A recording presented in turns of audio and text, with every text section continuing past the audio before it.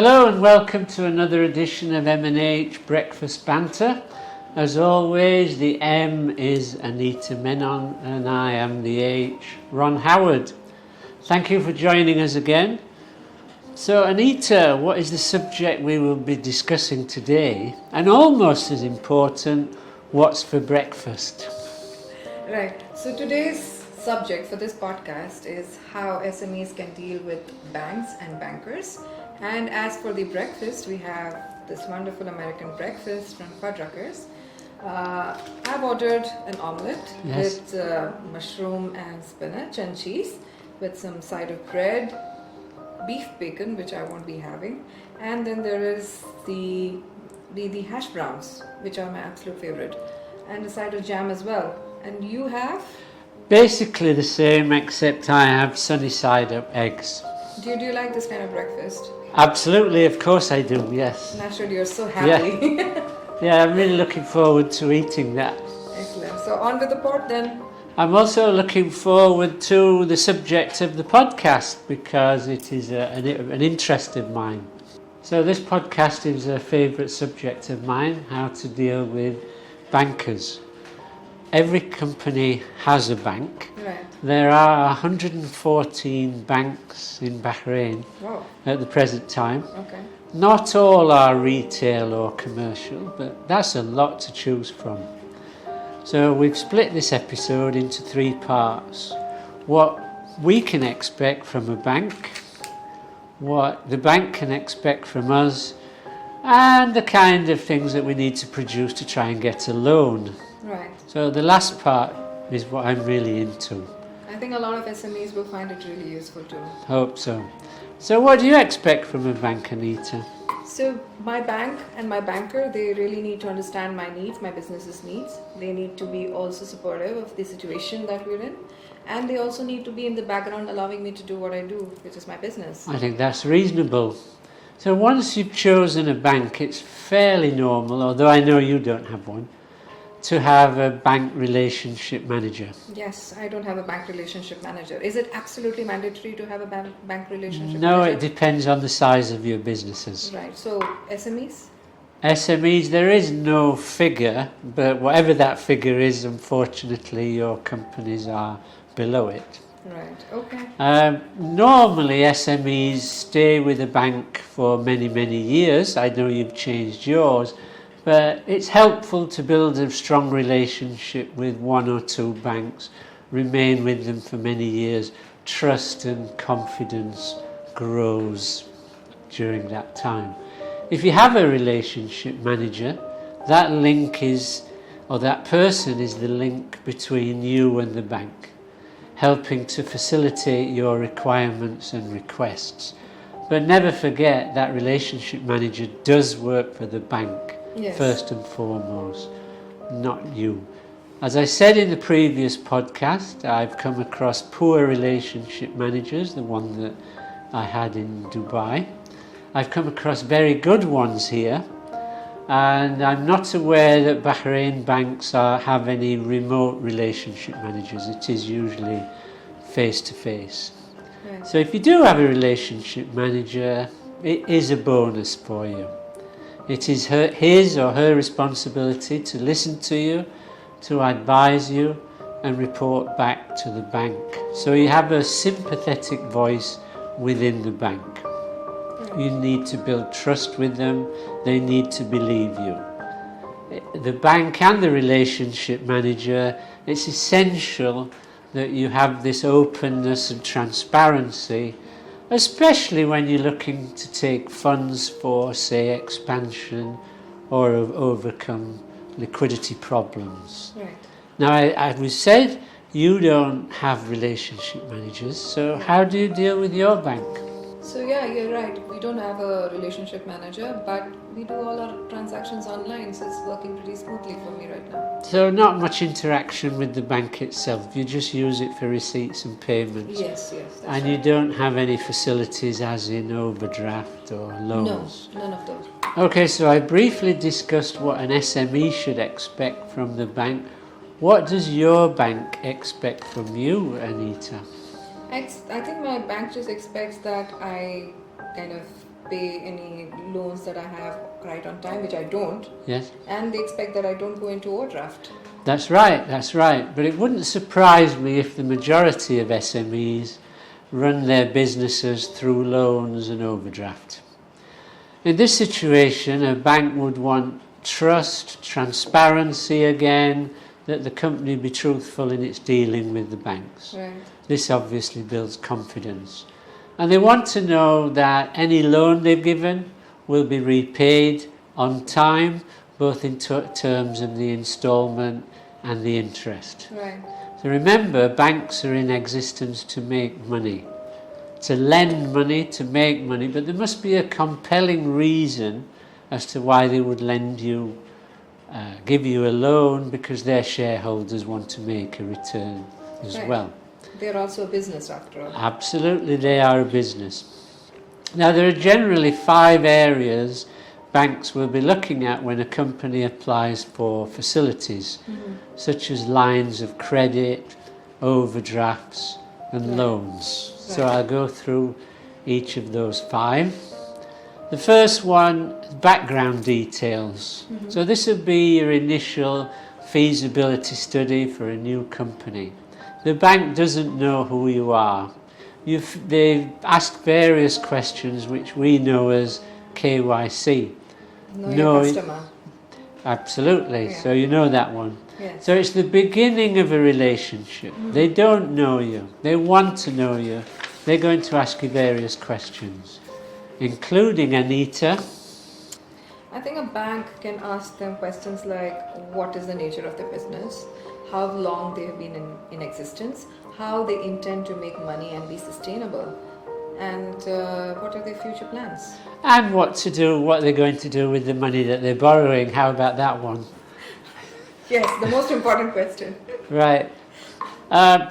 We've quickly run through the first part there.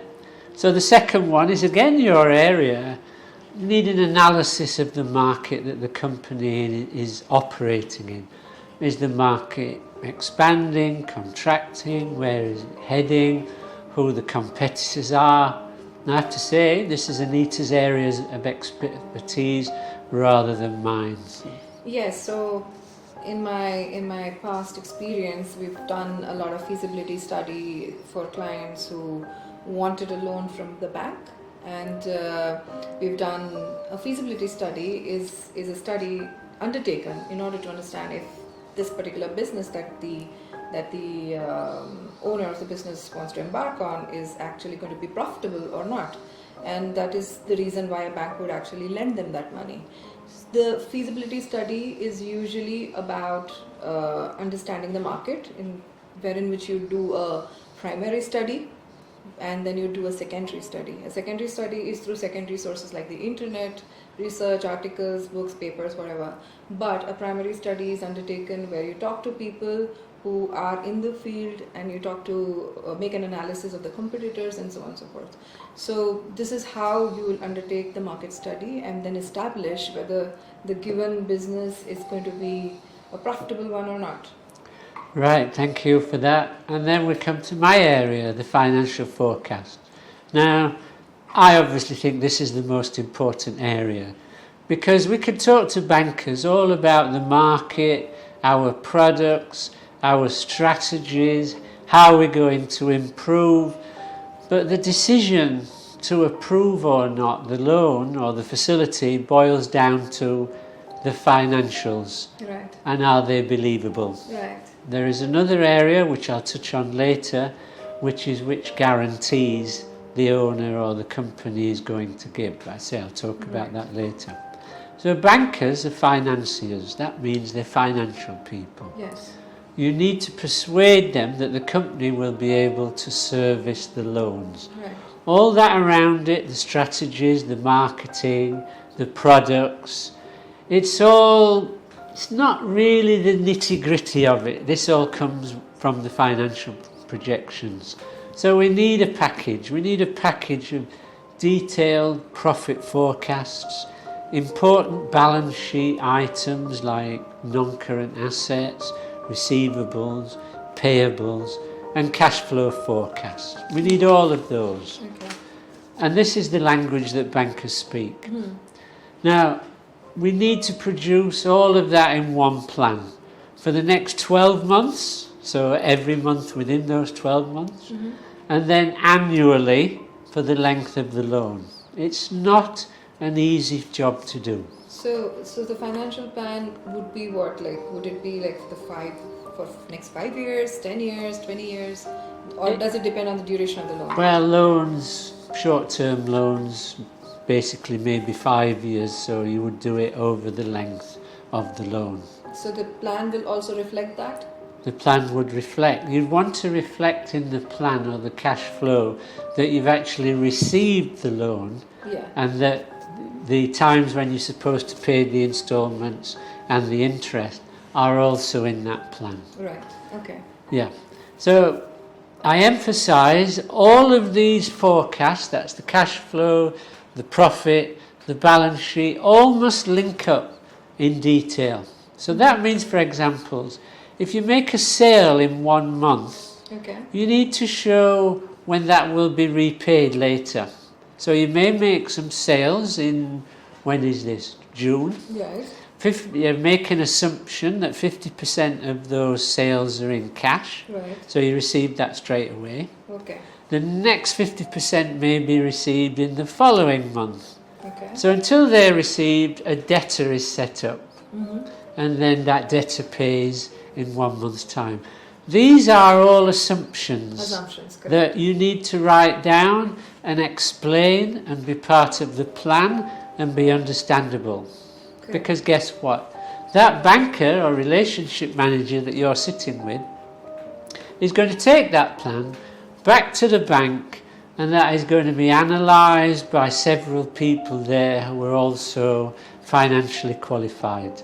Right. So it's going to be torn apart, put back together again, and you're going to be asked a lot of questions. Right. As to, for example, why has the gross profit percentage increased? What's happened there? What action have you taken? Even simple things like the rent is lower in a year's time. How are you going to manage that? And these questions will go on and on until the bank is satisfied with what you're saying. Okay. Now, one of M&H's core competencies is to produce these plans and link them all together. Certainly, they would need to be produced by somebody with financial expertise. Yes, absolutely. Which brings me to part 4. Now, these are in no particular order. Right. But part...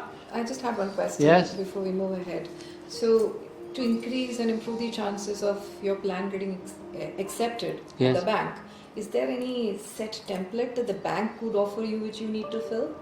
There is, and we know it. Okay. And the other part of it is banks would really want to see these being produced externally.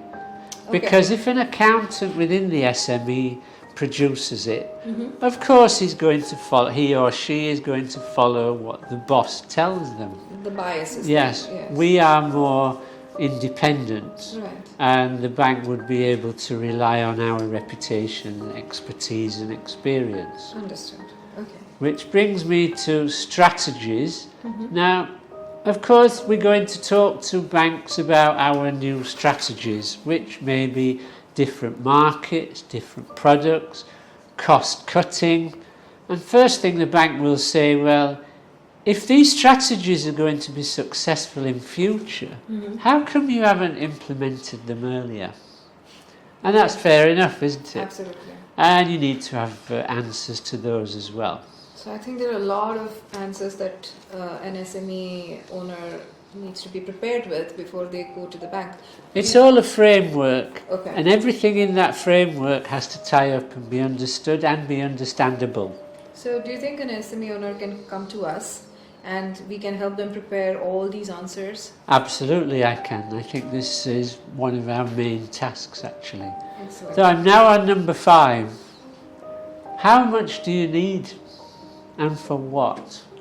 You know, banks are on the lookout for you requesting more than you need. Right. It needs to be reasonable of how much you need. You need to know or tell the banks when you're going to make enough money to be able to pay it back. You may ask for like a 6 months payment holiday, Right. for example. So when it will be repaid.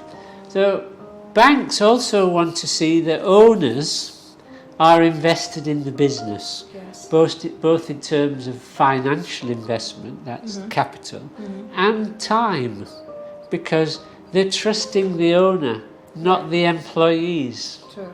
The owner has to remain, and they want to confirm that borrowed funds will be used correctly. And I'll give you an example of that. Okay. Let's say you've done an internal forecast, and in 6 months' time you see that you're going to have a shortfall in cash, Right. and there's not much you can do about it. So you go for what's called a bridging loan.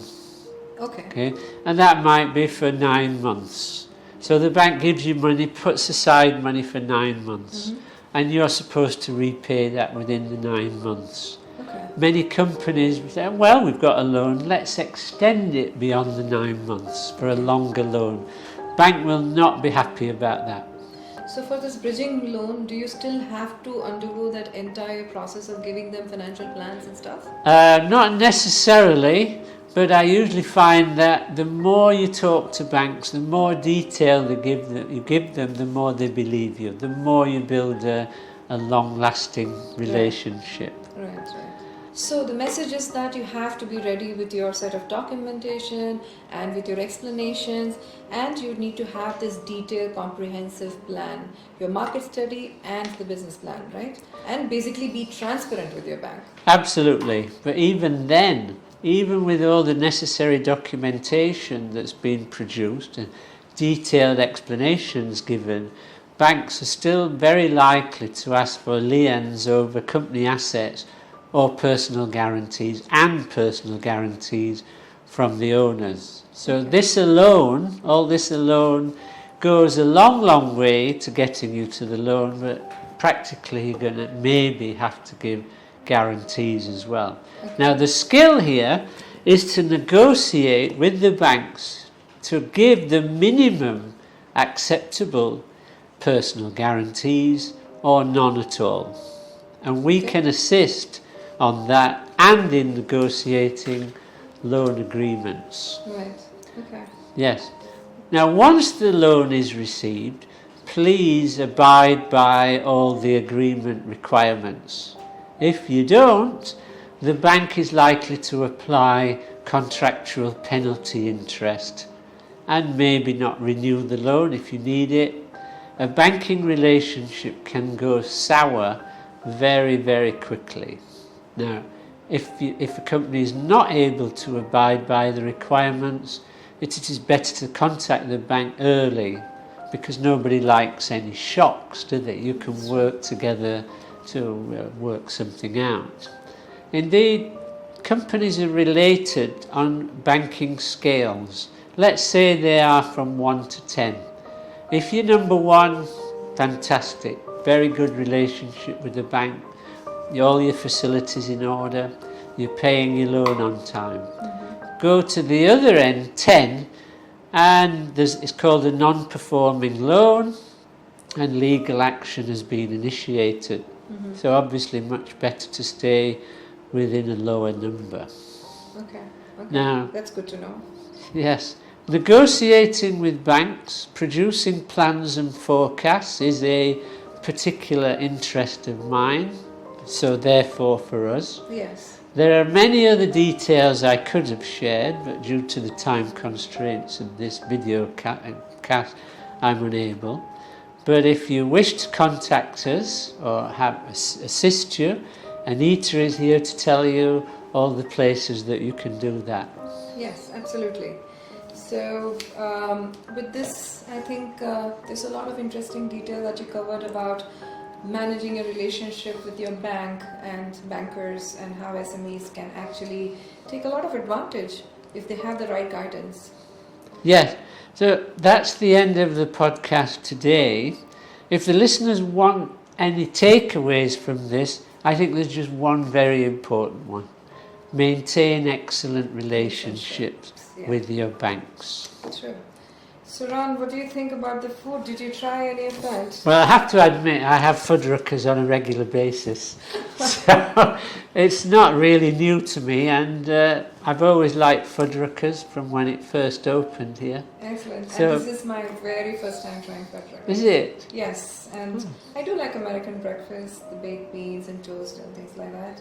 But I have to try the hash browns. I haven't tried that. Very good hash browns, yes. So yes, I'm going to yes. take that recommendation. So yes, this wraps up our session, and very soon we'll be dropping our new video podcast, and we'll be covering feasibility studies and market studies, which I think a lot of new businesses would want to undertake in order to get a loan from the bank. So do wait for it, and make sure that you drop us a comment if there is anything that you'd like to know more, and be sure to address that feedback. Thank you for watching. Thank you very much. So this was our sneak peek about how you can maintain a relationship with your bank and bankers in order to get a loan at some point in time. To watch the full video of our podcast, go to our YouTube channel at MH Consultants. We just covered how you can maintain a relationship with banks. And definitely do follow us on our Instagram at mhconsultants_ph and LinkedIn as well. Thank you for watching.